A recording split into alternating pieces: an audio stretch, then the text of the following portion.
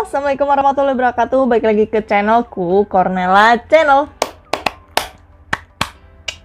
Nah, di video kali ini aku mau ajarin atau mau sharing gimana cara aku baca laporan keuangan. Karena sebelumnya, baik di TikTok, Instagram, aku selalu bilang untuk investor itu harus tahu lah setidaknya cara baca laporan keuangan. Biar kita tahu perusahaan ini bagus apa enggak. Karena kan di sini posisinya kita sebagai investor, ya kita membeli perusahaan atau suatu saham ya maunya yang bagus dong pastinya. Maunya perusahaan yang sehat dong. Nggak mau kita beli perusahaan jelek atau yang nggak sehat ya. Karena nanti impact-nya ya ke kita juga gitu. Karena kan niat kita untuk menjadi investor ini adalah untuk mendapatkan keuntungan jangka panjang kayak gitu. Nah kalau kita nggak baca laporan keuangannya, nggak tahu gimana kinerjanya, ataupun nggak tahu uang mereka tuh buat apa ya, nanti yang rugi kita sendiri gitu.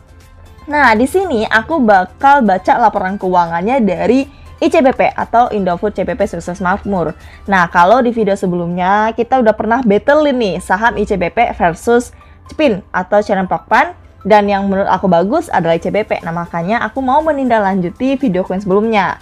Karena kan kita cuman kemarin analisa berdasarkan valuasinya aja, tapi kita nggak bandingin laporan keuangannya ya, karena pasti lebih ribet gitu. Nah, di sini aku bakal ajarin cara baca untuk investor pemula, dan semoga nanti kalian paham ya dengan bahasaku gitu, karena nanti aku insya Allah bakal menyederhanakan bahasaku biar kalian langsung paham. Nah, sebenarnya laporan keuangan ini yang harus kita pahami itu dikit banget. Dari total 80, 60 halaman bahkan 100 halaman, yang kita perlu paham atau tahu ya paling cuma 4, 5 halaman atau 11 halaman lah maksimal kayak gitu. Nah, tapi sebelum aku baca laporan keuangannya ICBP, temenin aku sarapan dulu ya. Karena aku belum sarapan. Nah, di sini aku mau makan salah satu produk dari ICBP yang menurut aku ini salah satu produk favorit semua orang, semua kalangan. Ya, apalagi kalau bukan Indomie seleraku. Nah, di sini aku mau makan mie goreng Aceh. Mie goreng Aceh ini adalah kesukaanku atau favoritku sekarang yang bisa mengalahkan favoritku sebelumnya, yaitu Indomie rasa soto. Nah, aku kalau makan Indomie goreng Aceh ini, aku selalu makan 2 bungkus karena kalau 1 kurang. Dan biasanya pun kalau udah 2 bungkus ya aku pakai nasi lagi gitu. Jadi biar kenyang sampai siang. Oke, di sini aku udah masak Indominya. Tara. Nah, udah lumayan kering. Ya. Tapi masih enak. Kita coba dulu ya. Tuh. Kesukaan aku banget.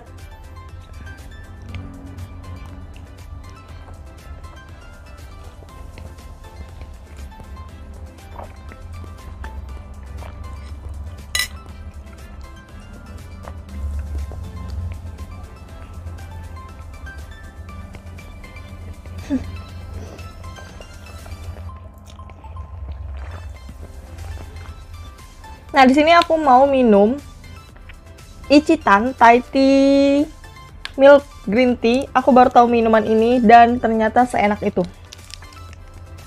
Kalau males beli Thai Tea ya beli ini aja gitu.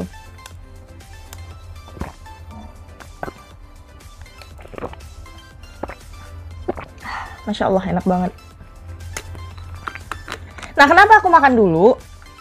Ya karena untuk baca laporan keuangan itu butuh tenaga ekstra. Apalagi nanti kita ngelihat data uang orang banyak banget gitu kan. Bertriliun-triliunan gitu kan.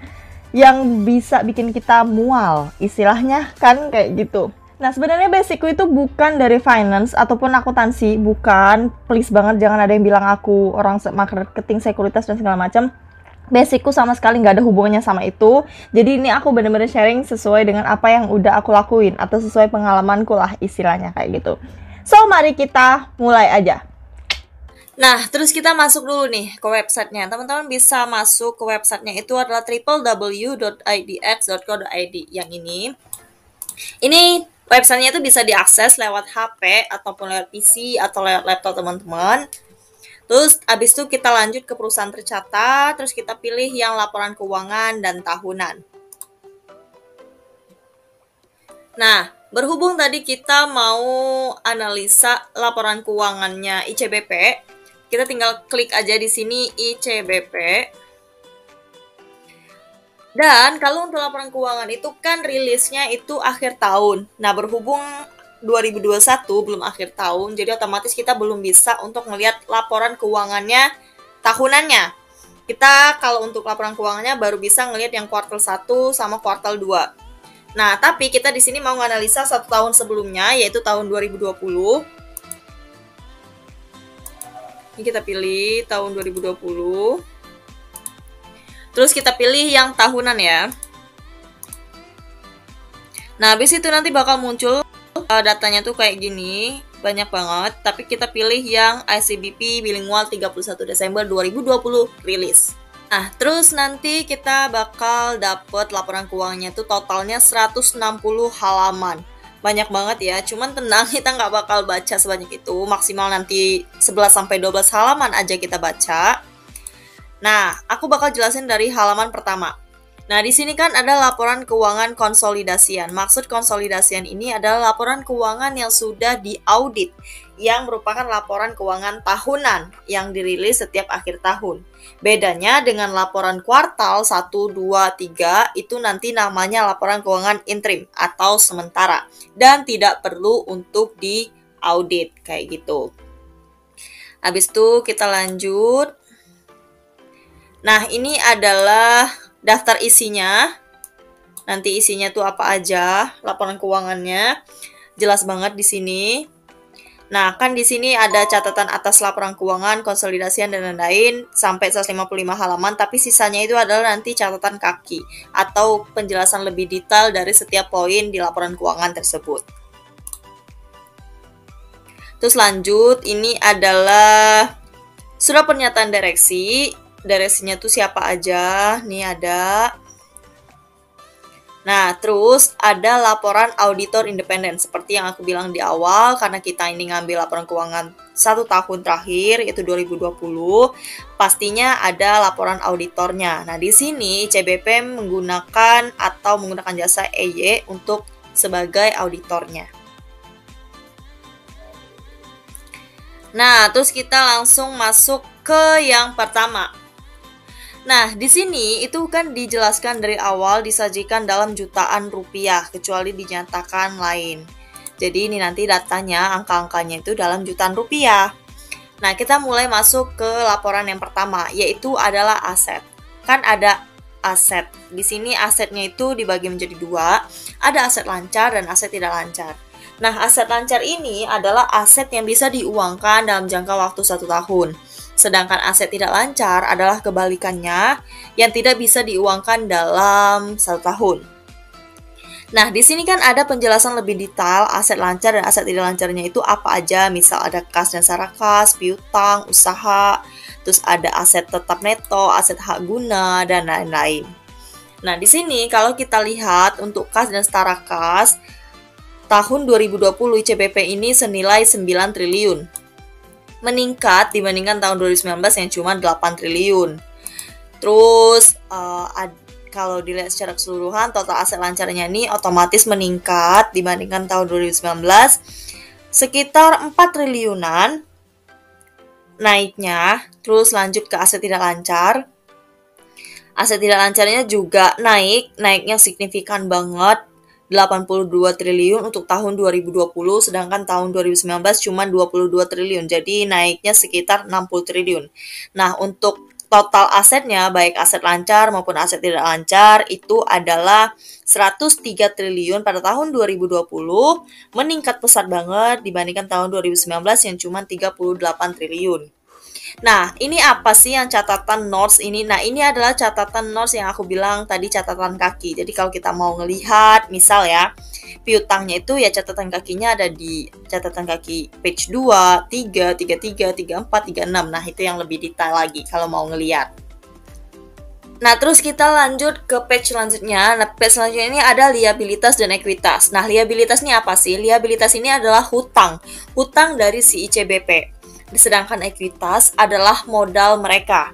Nah, di sini liabilitas ini ada dua juga. Ada liabilitas jangka pendek dan juga ada liabilitas jangka panjang. Nah, kalau ngelihat hutang, yang pertama kali kita lihat, usahakan ngelihat hutang bank. Kayak gini nih, baik itu jangka pendek maupun jangka panjang. Kenapa harus diperhatikan hutang bank ini, hutang bank? Ya karena kan hutang bank itu ada bunganya ya. Jadi kalau semakin tinggi hutang bank itu, ya otomatis nanti akan mempengaruhi kas atau uang dari suatu perusahaan tersebut. Makanya kalau aku prefer biasanya kalau hutang bank tuh jangan banyak-banyak lah, jangan tinggi-tinggi lah, biar nggak ngambil atau mempengaruhi uang dari perusahaan tersebut. Nah, kalau dilihat untuk hutang jangka pendek nih, kita lihat dulu yang pertama. Kan di sini ada hutang usaha, ada utang jangka pendek, ada beban akrual dan segala macam. Di sini jelas banget, dan kalau mau lihat lebih detail, ini ada halamannya semua. Nah, kalau dilihat total liabilitas jangka pendeknya ini itu adalah 9 triliun. Naik dibandingkan tahun 2019 yang cuma 6 triliun. Nah, kalau untuk utang banknya dia 212 miliar, naik juga dibanding tahun 2019 yang 196 miliar. Nah, kalau liabilitas jangka panjang, untuk utang jangka panjang nih juga naik pesat banget dibandingkan tahun 2019, naik sekitar 39 triliun. Terus kalau hutang bank jangka panjangnya ini tinggi banget, 30 triliun untuk ICBP, utang banknya jangka panjang. Apa sih hutang jangka pendek dan jangka panjang? Kalau hutang jangka pendek ini adalah hutang yang harus sudah dilunasi dalam tempo 1 tahun. Sedangkan jangka panjang itu yang bisa nggak dilunasi dalam 1 tahun. Makanya kalau untuk investor, kalau bisa nyari tuh jangan yang banyak hutang jangka panjang lah. Jangka pendek aja, karena kan kalau udah utangnya banyak jangka panjang, apalagi hutang ke bank lagi, cukup mengkhawatirkan. Nah, terus kita lanjut ke ekuitasnya atau modal mereka. Nah, di sini itu ada modal saham yang pertama. Modal saham ini adalah harga pertama kali mereka IPO atau initial public offering, atau harga pertama kali saham mereka tuh yang ditawarkan kepada masyarakat tuh berapa. Terus ada detailnya lagi tentang selisih kurs, segala macam. Terus ada saldo laba. Nah, di sini saldo laba itu adalah laba perusahaan. Ada cadangan umum, ada yang belum ditentukan, tapi di sini yang belum ditentukan nggak ada. Jadi di sini udah ada cadangan umumnya yaitu 50 miliar. Meningkat dibandingkan tahun 2019 yang cuma 40 miliar. Nah, kalau laba mereka nih biasanya kan ditempatkan untuk dividen atau untuk ngasih apalah kepada investornya kayak gitu. Terus ada ekuitas yang dapat didistribusikan kepada pemilik entitas induk. Entitas induk ini adalah orang-orang yang punya persentase tinggi di saham ICBP ini, yang punya persentase 5%, 10%, kayak gitu, yang punya sahamnya tinggi. Nggak kayak aku yang cuma 1 lot atau 2 lot atau teman-teman kayak gitu. Jadi yang emang punya banyak, itu di angka 29 triliun, meningkat dibandingkan tahun 2019 yang cuma 25 triliun. Jadi total ekuitasnya itu meningkat juga 50 triliun dibandingkan tahun 2019 yang cuma 26 triliun. Terus kalau dilihat secara keseluruhan untuk total hutang ditambah modalnya, itu mereka meningkat pesat banget, 103 triliun dibandingkan tahun 2019, 38 triliun. Nah, total liabilitas dan ekuitas ini itu artinya adalah aset mereka. Nah, mari kita lihat aset mereka tuh tadi berapa. Kan di sini 103 triliun. Sama nggak dengan aset mereka yang pertama tadi? Kita lihat. Kelewat, sorry. Sama. Total asetnya adalah 103 triliun. Jadi, liabilitas dan ekuitas itu artinya adalah aset mereka. Oke. Terus lanjut kita ke penjualan neto atau laba. Nah, di sini ada detailnya, ada penjualan neto, beban pokok, laba bruto, laba usaha, laba sebelum beban pajak penghasilan, laba tahun berjalan, terus ada penghasilan komprehensif. Nah, di sini penjualan netonya itu mereka meningkat dibandingkan tahun 2019, 46 triliun banding 42 triliun. Jadi sekitar 4 triliun penjualan neto mereka tuh meningkat gitu. Meskipun pandemi, tapi penjualan mereka tetap meningkat dibandingkan tahun 2019. Terus ada beban pokok penjualannya juga meningkat, tapi di 29 triliun dibandingkan tahun 2017 yang 27 triliun. Jadi sekitar 1,5 triliun meningkat beban pokoknya. Untuk laba brutonya juga meningkat 17 triliun dibandingkan tahun 2019 yang cuma 14 triliun. Di sini ada penjelasan lagi untuk bebannya tuh ada beban apa aja, ada beban umum dan administrasi, penghasilan operasi lain dan lain. Terus ada laba usaha. Laba usahanya juga meningkat mereka. Ya karena tadi penjualannya juga meningkat, otomatis laba mereka juga meningkat kan di tahun 2020 yaitu 9 triliun, tahun 2019 cuma 7 triliun. Nah, laba usaha mereka tuh ada penjelasannya lagi, dapatnya dari mana, ada penghasilan keuangan, beban keuangan, pajak final, kayak gitu. Terus ada laba sebelum beban pajak penghasilan, ada laba tahun berjalan. Semuanya kalau dilihat meningkat dibandingkan tahun 2019. Terus ada penghasilan komprehensif. Penghasilan komprehensif ini adalah laba yang tidak mempengaruhi operasional mereka. Jadi ini ada pendapatan mereka tapi yang nggak mempengaruhi operasional. Kalau kita lihat untuk penghasilan komprehensifnya itu adalah 3 miliar, turun dibandingkan tahun 2019 yang 376 miliar. Jadi kalau dilihat total laba komprehensif tahun berjalan adalah 7 triliun meningkat dibandingkan tahun 2019 yaitu yang 5 triliun aja. Oke. Kita lanjut ke page selanjutnya. Nah, ini ada lagi detailnya laba tahun berjalan yang dapat didistribusikan kepada pemilik entitas induk, kepentingan non-kendali. Jadi laba mereka yang bisa didistribusikan itu adalah 6 triliun. Nah, labanya ini yaitu tadi yang untuk dividen atau untuk apalah yang kepentingan untuk entitas induk dan kepentingan non-pengendali. Totalnya itu ada 7 triliun. Nah, jadi untuk laba per saham dasar ini adalah EPS. EPS itu apa sih? Nah, jadi EPS itu kan earning per share. Laba yang dihasilkan per lembar sahamnya. Laba mereka EPS-nya itu adalah Rp565 per lembar sahamnya. Meningkat dibandingkan tahun 2019 yang Rp432 aja. Nah, terus ini yang page selanjutnya ini cuman